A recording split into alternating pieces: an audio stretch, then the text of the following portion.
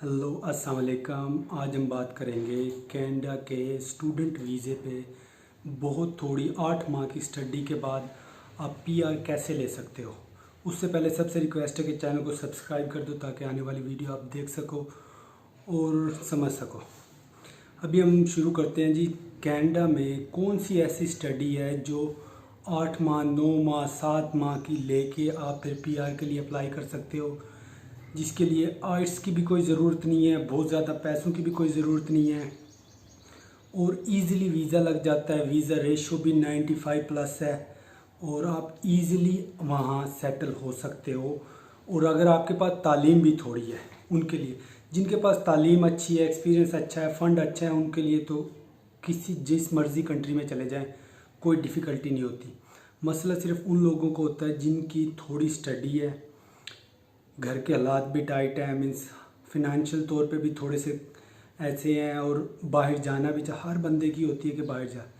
तो आज मैं बात करूँगा कनाडा में अगर आपकी मैट्रिक है, एफए है, बैचलर है, मास्टर है, इनमें से कोई भी है, कोई फ़र्क नहीं पड़ता। अगर आप मैट्रिक भी हो या एफए लगा लो, आप एफए हो, सिंपल एफए हो, तो आप वहाँ कोई ऐसा डिप्लोमा देखो। डिप्लोमा जो वोकेशनल डिप्लोमे होते हैं सर्टिफिकेट वाले, जो 8 माह के, 9 माह के, 10 माह के, 1 साल के, 7 माह के, 6 माह के ऐसे होते हैं।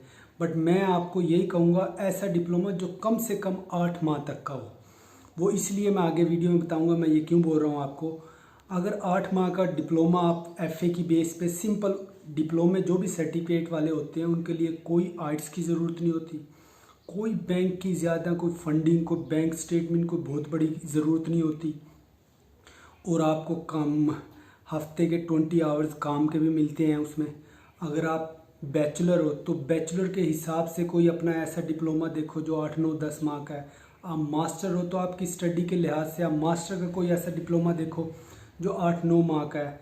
वो 8 9 माह इसलिए है कि अगर आप एफए की बेस पे भी ले लेते हो कोई डिप्लोमा या बी बैचलर की बेस पे या मास्टर की बेस पे, तो जैसे आप 8 माह का 9 माह का डिप्लोमा लोगे, डिप्लोमा ख़त्म होने के बाद आपको 1 साल का वर्क परमिट मिलेगा। डिप्लोमा 8 माह का है, 9 माह का है, उसमें आप 20 आवर्स काम कर सकते हो पर वीक। और डिप्लोमा ख़त्म होने के बाद, सर्टिफिकेट लेने के बाद आपको 1 साल का वर्क परमिट मिलेगा। उस 1 साल के वर्क परमिट में आप अपनी एक्सपीरियंस गेन कर लेते हो जॉब करके। देन आप अपनी फ़ाइल एक्सप्रेस एंट्री में डालते हो। उन डिप्लोमों के लिए ना तो आइट्स की ज़रूरत होती है, ना कोई ये डिप्लोमा के लिए कोई डिग्री की ऐसी कोई ज़रूरत होती है। अब बाज़ लोग कहेंगे कि हमारी स्टडी में गैप है। भाई, किसी किताब, किसी लॉ में नहीं लिखा कि गैप होने से आपकी पढ़ाई आगे आप कंटिन्यू नहीं कर सकते। 8 9 10 साल तक का गैप में कोई इजीली बहुत ही ज़्यादा हो जाए, जो 20 साल का गैप हो गया। मैंने 80s में किया था जी बैचलर, अब मैं 2020 चल रहा है तो ये 30-40 साल का गैप हो गया, 20-25 साल का गैप हो गया। उसमें ये मसला आ जाता है कि अगर आप प्रूव कर सकते हो कि वो 20 सालों में आपने क्या क्या किया है, वो एक्सपीरियंस लेटर या कोई भी चीज़ आप उसकी उस लिहाज से बना के पेपर साल लगा देते हो कि सेटिस्फाई हो जाए अगला कि ठीक है जी इसने 10 साल अपने ज़ाया इस उसमें किए हैं। अदरवाइज़ इससे कोई फ़र्क नहीं पड़ता आपके वीज़े के ऊपर, या कोई लॉ है कि आपकी स्टडी गैप है तो कोई भी नहीं। और डिप्लोमों के लिए तो स्टडी गैप का मकसद बनता ही नहीं। आप कोई अथेंटिक डिग्री लेते हो उसके लिए स्टडी गैप का मसला बनता है। डिप्लोमों के लिए स्टडी गैप का नहीं मसला बनता। आप मास्टर कर लो, कभी ज़िंदगी में किसी चीज़ की ज़रूरत हो, कोई नई चीज़ सीखना चाहो तब भी आप कोई डिप्लोमा कर सकते हो। इसलिए मैं कह रहा हूँ वोकेशनल डिप्लोमे होते हैं ना जो सर्टिफिकेट वाले होते हैं। अब मैं बता दूँ, जब आप एक्सप्रेस एंट्री में अपनी फ़ाइल दोगे, किसी बेस पे भी आपने किया हुआ, मैट्रिक बेस पे, एफए बेस पे, बैचलर या मास्टर बेस पे, आप एक्सप्रेस एंट्री में दोगे, एक तो आपका कनाडा का डिप्लोमा हो जाएगा, दूसरा आपके पास 2 साल का एक्सपीरियंस हो जाएगा, 1 साल का पार्ट टाइम का जो 8 माह 9 माह आपने स्टडी के दौरान किया था 20 आवर्स पर वीक, और एक साल का आपका जो आप स्टडी के बाद आपको 1 साल का वर्क परमिट मिला है उसका। ये ऑलमोस्ट 2 साल का आपको बन जाएगा एक पार्ट टाइम के। तो ये तीसरी आपकी एज। चौथा, फिर आप जब वहाँ रहोगे कंटिन्यूसली आपकी इंग्लिश बोलते बोलते इतनी तो इम्प्रूवमेंट हो जाएगी कि आपके 5 या 6 बैंड ईजिली आ जाए। 2 साल आप वहाँ रहते हो तो इतना तो इंसान की लैंग्वेज हो जाती है, तो आपका 6 बैंड तक भी आ जाए तो सर्टिफिकेट के वहाँ बहुत हाई नंबर मिलेंगे आपको एक्सप्रेस एंट्री में। और एक्सपीरियंस के कनाडा के अंदर वो भी बहुत अच्छे पॉइंट मिलेंगे। तीसरा आपकी एज का, चौथा आपके एक्सपीरियंस का हो जाएगा, सर्टिफिकेट का हो जाएगा, एज का हो जाएगा और लैंग्वेज का हो जाएगा। ये 4 चीज़ें हो जाएगी। आपकी फ़ाइल एक्सप्रेस एंट्री में आ जाएगी यहाँ टॉप पे।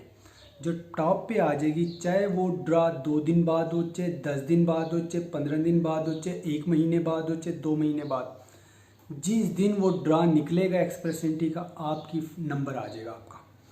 क्योंकि अगर ये याद रखना, आप अपने कंट्री से जब एक्सप्रेस एंट्री में करते हो तो बहुत मुश्किल है। मैं वीडियो बनाऊंगा कि अभी बहुत सारे इंस्टाग्राम पे, फेसबुक पे आता है, आप घर बैठे एक्सप्रेस एंट्री के लिए अप्लाई करो, बहुत टफ हो जाता है क्योंकि बहुत कुछ रिक्वायरमेंट हायर स्टैंडर्ड की चाहिए होती है।